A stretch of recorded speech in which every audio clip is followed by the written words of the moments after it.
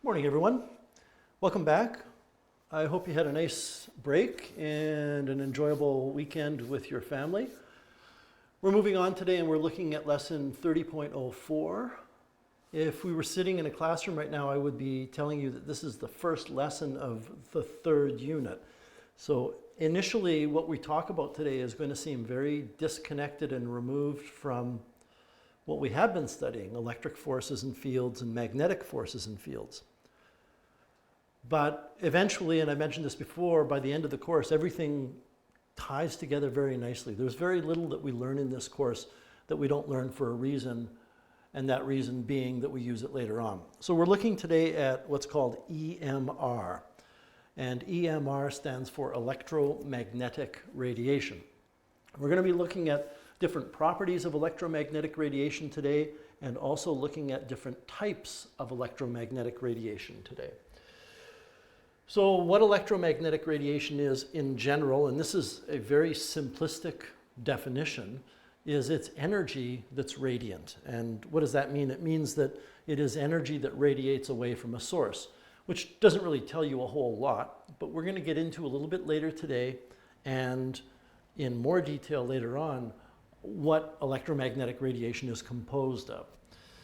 When you look at all of the different types of electromagnetic radiation, we classify different types of electromagnetic radiation based on their different properties and how they're produced and what they're used for. But at the heart of the matter is the fact that whether we're talking about X-rays or gamma rays or infrared radiation or visible light, which are some forms of electromagnetic radiation, it doesn't matter which form we're talking about, they are all the same stuff.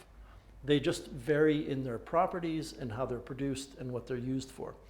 When we stack up all of those different forms of electromagnetic radiation into one main group, we call that grouping the electromagnetic spectrum. And using words, here is the electromagnetic spectrum.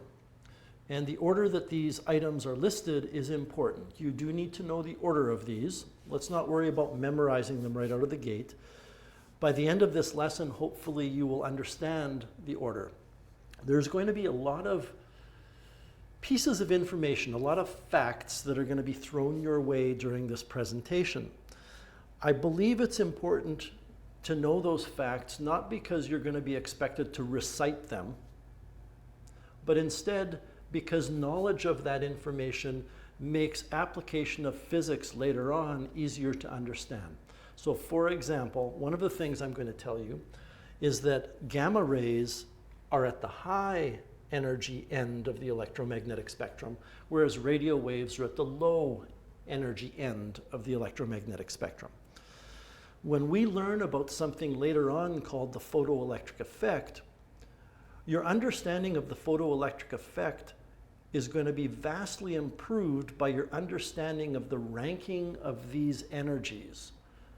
Knowing that infrared radiation does not have a lot of energy compared to visible light, which has less energy compared to ultraviolet radiation. If you know those rankings, then the photoelectric effect will start to make more sense to you.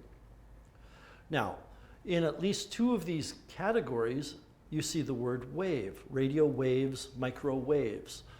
Well, all of these can be considered to be electromagnetic waves. So they behave like waves. They are wave-like. They are not like the mechanical waves that you studied last year, because mechanical waves have a substance to them. That's what the mechanical is referring to. So for example, a water wave, generally speaking, the water is oscillating up and down, and the energy flows through the water in a wave-like motion. In a sound wave, air is vibrating back and forth, and the energy flows through that vibration in the form of a wave. So in a water wave, the mechanical aspect of it is the water. That's the substance. In a sound wave, the mechanical aspect is air. Air is the substance. Electromagnetic waves have no physical substance. We will talk later on in the course about what is waving, but you will just have to take it for granted right now that something is waving, which means there's a wavelength and there's a frequency. High energy forms of waves have high frequencies, and low energies correspond to low frequencies. I'm going to give you a little analogy here, and I hope it makes sense. You and a friend are sitting on the edge of a pier, and you're both listening to music. You've got your headphones in, you're listening to some slow, very relaxing music, and your toe is tapping in and out of the water to the beat of the song. And it's tapping in and out of the water once every second. And what that means is the frequency of your toe is 1 hertz. A hertz means 1 cycle per second. So you have a frequency listening to that very slow song of 1 hertz. By the way, I am not suggesting that radio waves have a frequency of 1 hertz. They don't. We'll get to that later. Your friend, on the other hand, has her headphones in, and she is a German thrash metal fan. So she's listening to her favorite German thrash metal band, and her toe is going in and out of the water 10 times per second. So the frequency of her toe tapping is 10 times greater than the frequency of your toe tapping. And you can see, hopefully by that analogy, that because there is such a high frequency, there is a lot of energy. Your friend is expending a lot more energy than you are. Now, let's talk about the wavelengths. Well, it turns out that the frequency and the wavelength of a wave in a particular substance are inversely related. So small frequencies have long wavelengths, and high frequencies have short wavelengths.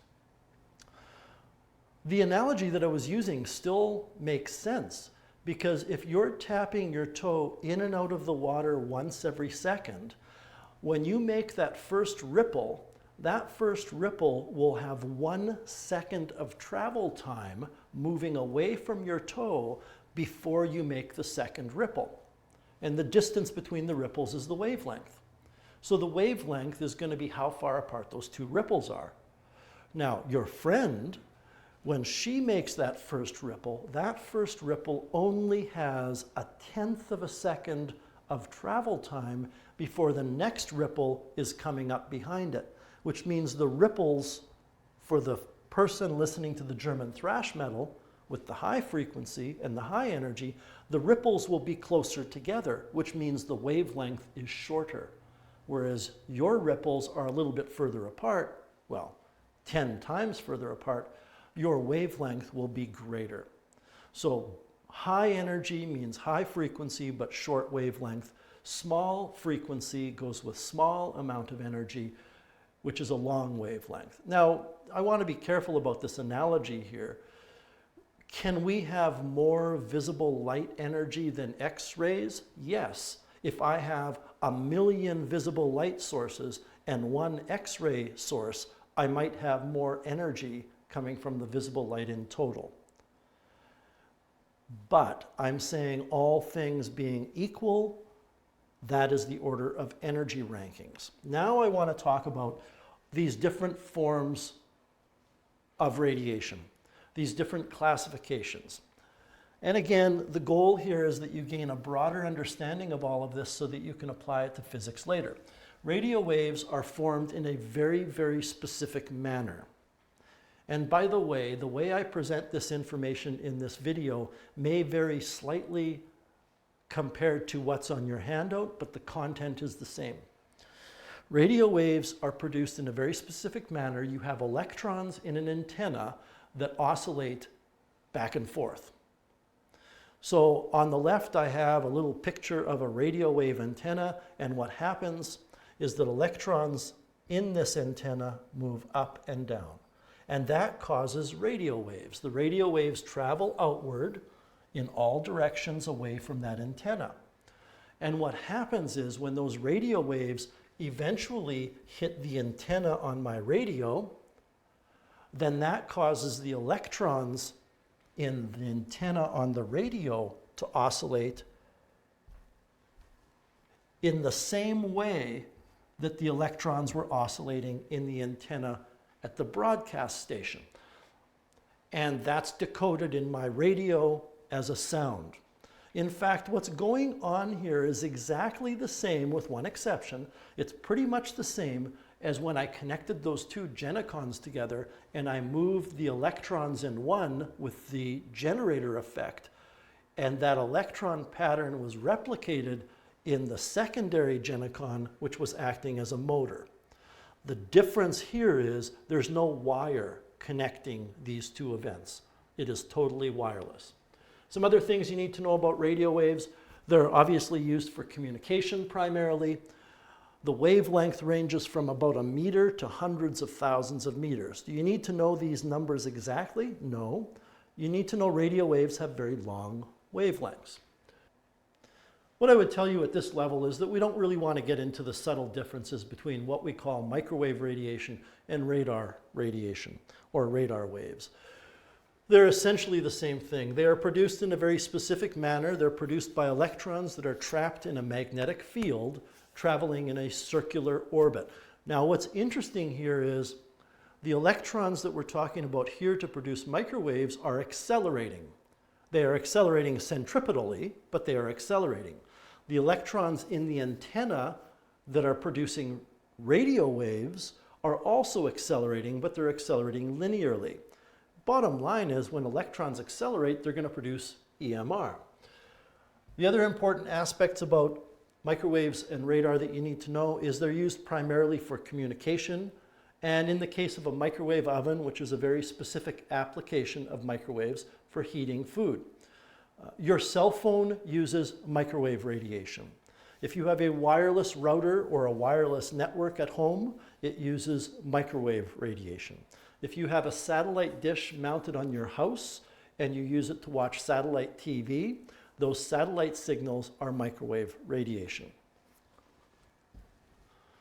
Wavelengths range from millimeters to meters, and one thing I want to get across to you is that microwaves have a maximum wavelength of 1 meter, but if you were to look at radio waves have a minimum wavelength of 1 meter. So all of these forms of radiation blend into each other.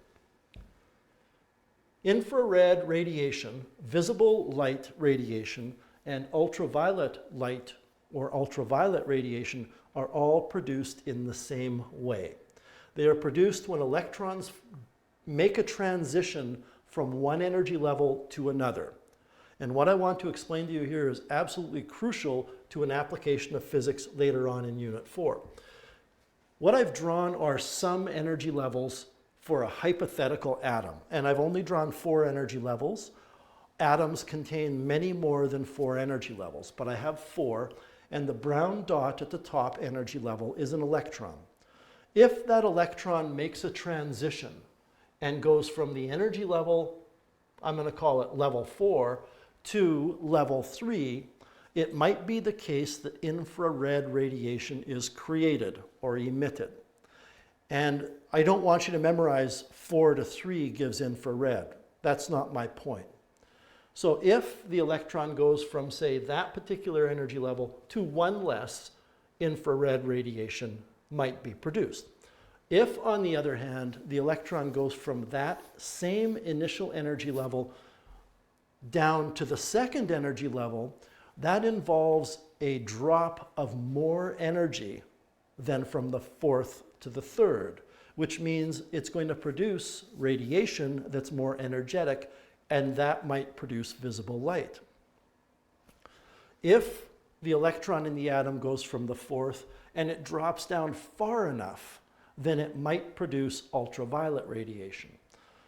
And every single little bit of infrared radiation, visible light radiation, or ultraviolet radiation that is in the universe now, that has ever existed in the universe, or that ever will exist in the universe, comes from atoms doing this. Now let's talk specifically about the 3 types of radiation. With infrared radiation, it's sometimes referred to as radiant heat, because when you expose objects to it, those objects will heat up. Any living organisms produce infrared radiation. What are its uses? It's used for keeping food warm and for certain types of night vision goggles. So the reason why night vision goggles work in detecting living organism is because living organisms emit infrared radiation. And when that radiation hits the sensor on the goggles, the technology inside of it converts that information on the sensor to a visible image on a computer screen that you see. The wavelengths are from just a little bit greater than 700 nanometers, and we can nitpick over that. Some textbooks would say 750. I don't care. From just greater than 700 nanometers down to the millimeter range, which is where the microwaves meet infrared radiation. A nanometer is 10 to the negative 9, and I want to just briefly show something to you here. A lot of the time what we will be dealing with in this course is numbers like, well, let's talk about the 700 nanometers. Hundreds of nanometers is a very common thing that we will encounter. If nano is multiplied by 10 to the negative 9, that means 700 nanometers is 700 multiplied by 10 to the negative 9 meters. And 700 is 7 times 10 to the 2. So we have 7 times 10 to the 2 times 10 to the negative 9 meters. We can add those exponents because the math you learn in math class still applies in physics. And when you add them, you get 7 multiplied by 10 to the negative 7 meters. The thing I want to draw your attention to is whenever you have hundreds of nanometers, you're going to have, in standard scientific notation, 10 to the negative 7 meters.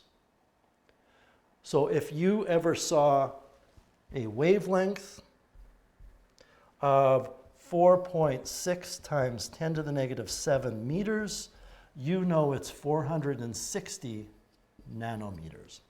10 to the negative 7 meters translates from standard scientific notation to hundreds of nanometers. All right, visible light, there's something very special about visible light. It's pretty much one of the only things you need to know. It's the only region of the electromagnetic spectrum that we have evolved to detect. We can see visible light. We cannot sense visually infrared radiation or ultraviolet radiation. There are some animals that do detect ultraviolet radiation, and there are some animals that do detect infrared radiation. The wavelength range is an important wavelength range to be familiar with. 400 nanometers to 700 nanometers roughly. The violet end of the visible light spectrum is the 400 nanometer, and the 700 nanometer is the red end. And then we also have ultraviolet light. Now we run into something that ultraviolet, X-ray, and gamma ray all have in common. They are all forms of what we call ionizing radiation. And what ionizing radiation is radiation that when it is absorbed by molecules and atoms, has enough energy to remove electrons from the atoms. And it's for that reason that ultraviolet, X-ray, and gamma all have the ability to cause cancer. When these forms of radiation ionize healthy human cells, and I'm giving you a very, very down-to-earth, watered-down explanation. When these forms of radiation, like ultraviolet, X-ray, or gamma, are absorbed by cells, the cells get damaged because electrons are removed from the cells. They are no longer the same healthy cells they were. And cells, of course, replicate. So when you have unhealthy cells continuing to replicate, sooner or later you get tissue that contains a lot of unhealthy cells. And that tissue is cancerous. Ultraviolet radiation has a wavelength that you should be familiar with that is from around a nanometer to just under 400 nanometers. And I want to bring all the wavelengths together now for these three forms of radiation. We're looking here at the top. You can see your Roy G. Biv that you're taught in elementary school and junior high school. And then we also have ultraviolet, and we also have infrared. Now, how do you remember all of this? How do you remember that ultraviolet is less than 400 nanometers, and infrared is more than 700. Well, basically, you associate the color violet with ultraviolet, and you know, hopefully, that ultraviolet has a lot of energy. It can cause cancer. If it has a lot of energy, it must have a small wavelength. And that means when you look at the 400 to 700 range, it's the violet end that has the 400 because 400 is a shorter wavelength than 700. On the other hand, infrared is right next to red. So infrared does not have as much energy. It must have a longer wavelength. So you know that the 700 nanometers, which is a long wavelength, is right where the infrared meets the red. So it's just a way for you to remember some of these things. A couple of quick pictures. This is a photograph taken using a sensor that's sensitive to infrared. Now, we're not seeing infrared. We're seeing what happens when a computer chip takes the information from the sensor and processes it and puts it as a visual image. Infrared is not orange. Orange is just the color that this artificial image was created with. And that's an infrared image of the sun. So there's a lot of infrared radiation coming off of our sun. Here is a visible light photo of the sun. I've left it blown up to its actual size so that you can notice the two dark images in the bottom left-hand corner. What you're looking at there, and you can find a high-res image online of this, is the International Space Station and a space shuttle that are in orbit around the Earth. So somebody took this photograph when those two orbiting bodies were between the sun and the camera lens. You can take a look at the whole picture, but it loses some of the resolution. That's what it looks like. Up in the top right, there's also a dark spot. I'm guessing that that is a sunspot. And then we also have a similar kind of image. This was taken with a sensor on a camera that was sensitive to ultraviolet. Just some interesting pictures to look at. Then we have X-rays. They are also cancer-causing, and they also are forms of ionizing radiation.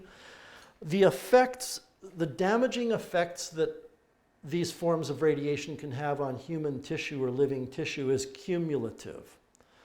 So every time you get an X-ray, some of your tissue is slightly damaged. There is a limit to the number of X-rays that they say a person should be getting regularly. You can't just go and get an X-ray every day. Sooner or later, it's going to do damage to your body. But the X-rays that you get for dental purposes and medical purposes have such a low risk of cancer that they're worth the benefit that you get from the medical information. They are used primarily for medical and dental diagnoses. They're sometimes used as well to X-ray, for example, jet engines to see if the welds are proper. Typical wavelength is in the order of 10 to the negative 10 meters. And by the way, 10 to the negative 10 meters is a tenth of a nanometer. They're produced in a very specific manner, and this will be important later in the course. When you have high-speed electrons that suddenly hit a metal target and stop, you produce X-ray radiation. This is one of the earliest X-ray images ever produced. I believe it was produced in 1895, the year that Wilhelm Röntgen discovered X-rays. One thing that I hope you can appreciate is the medical advantage gained by looking at X-rays. And then we have gamma rays. Gamma rays are also cancer-causing, and that's because they're ionizing forms of radiation. If you can identify the location of cancerous tumors, which are regions where there's a lot of cancer cells, and you have the ability to aim or direct gamma rays in a very concentrated form on that region, then you can actually obliterate the cancer cells. So gamma rays can also, as well as cause cancer, they can be used under the right circumstances to treat cancer. Very, very tiny wavelengths. What I would say to you is if X-rays are around 10 to the negative 10 meters, then we're looking at 10 to the negative 11, 10 to the negative 12, 10 to the negative 13 meters for gamma radiation. And unlike every other type of radiation that we looked at, the production of gamma rays has nothing directly to do with electrons. All of the other forms of radiation are produced when electrons do something. Here, gamma rays are always produced within the nucleus of atoms, or by processes which we call nuclear fission and fusion, but those also take place at a nuclear level. So what's inside of a nucleus of an atom is protons and neutrons. There are no electrons in a nucleus. We have a whole series of lessons near the end of this course dealing with nuclear physics, where we'll talk about gamma rays in detail. So those are the different types of radiation. Now let's talk about what we believe this stuff is actually composed of. There are two modern models that explain what electromagnetic radiation is. One of the models says that EMR is a wave. It's electromagnetic, which means it doesn't have an actual material making it up. It's composed of electricity and magnetism. We will deal with a better description later, but it is a wave. The other model says that what EMR is composed of are tiny, tiny particles called photons. Those particles do not have mass, though. They're just little tiny bundles of light energy. So according to the wave model of light, when you take a look at a laser, what actually is inside of the light beam is a series of waves. And we require this model of light to explain something that light and other forms of EMR does. Light diffracts and interferes. You learned a very tiny layer to diffraction and interference last year, but briefly, if you have waves that interfere, that means they pass through each other and exist in the same place at the same time. Well, particles can't do that. Particles don't pass through each other. That's why we have collision insurance on our vehicles, because particles do not pass through each other and exist in the same place at the same time. In order to explain the interference of light, which we see evidence for, you need this model. You need the wave model. However, the particle model says that when you look at the beam, what's in the beam is a series of little tiny, tiny bundles of light energy. And there are certain things that we know about light that require this model. Specifically, something called the photoelectric effect, which we're going to learn a lot about, and the Compton effect. Again, today is just a broad introduction to EMR. So there are some things that light in EMR does that requires us to think of the light or EMR as a wave.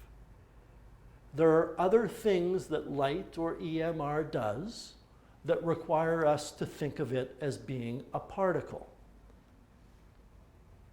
A few other little notes here.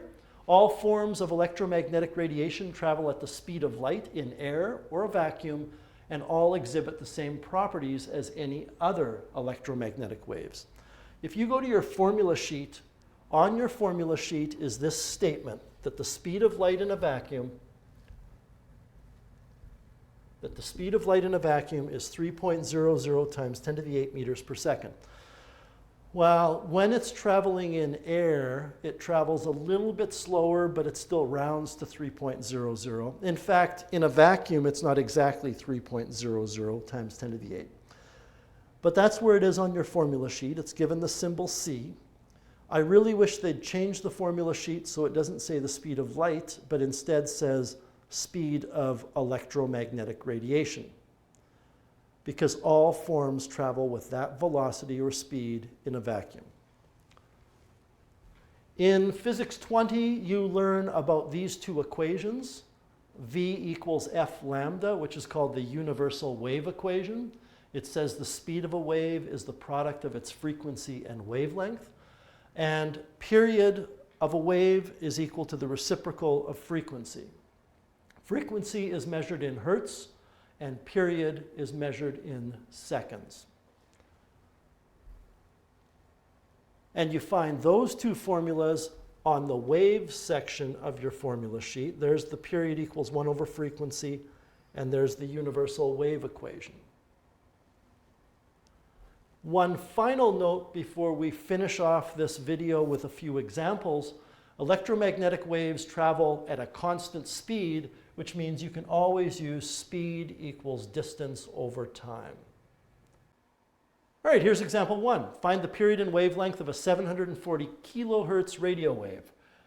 By the way, that's 740 on the AM dial. When you look at an AM dial or an AM band on a radio, it says kilohertz.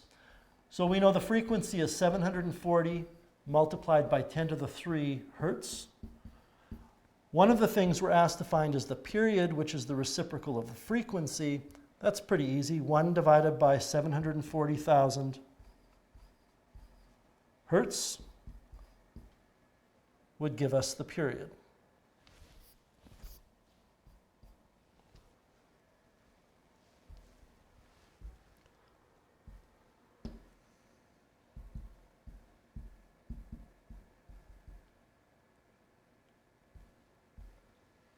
And I get 1.35 multiplied by 10 to the negative 6 seconds.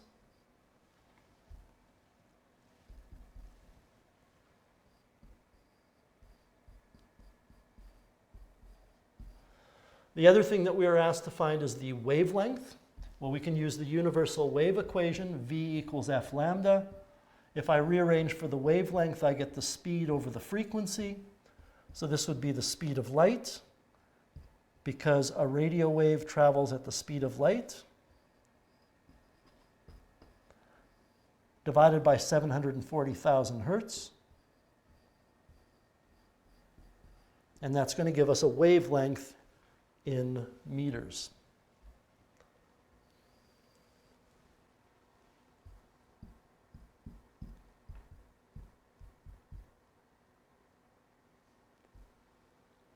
So about 405 meters.